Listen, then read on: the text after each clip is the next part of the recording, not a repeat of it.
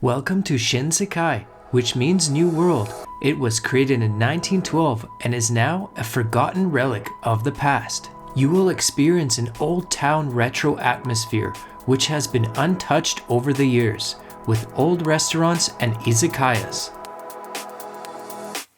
We were lucky enough to have our hostel just a few minutes away from Shinsekai and conveniently located to the Osaka metro to easily reach many parts of Osaka. The retro-looking displays and colorful areas are filled with neon signs and lanterns, which will take you back in time.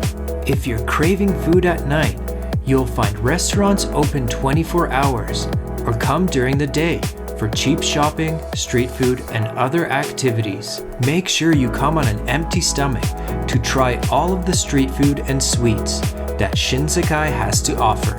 My favorite is the takoyaki, which is a delicious street food found typically in Osaka. Don't forget to visit the retro arcades and step back into the 80s while you are playing some amazing classic games.